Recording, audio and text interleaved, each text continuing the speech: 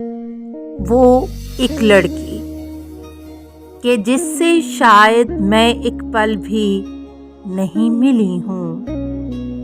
मैं उसके चेहरे को जानती हूँ कि उसका चेहरा तुम्हारी नज़्मों, तुम्हारे गीतों की चिलमनों से उभर रहा है। यकीन जानो, मुझे ये चेहरा तुम्हारे अपने वजूद से भी अजीज तर है कि उसकी आंखों में चाहतों के वही समुंदर छुपे हैं जो मेरी अपनी आंखों में मौजज़न हैं। वो तुमको एक देवता बनाकर मेरी तरह पूजती रही है।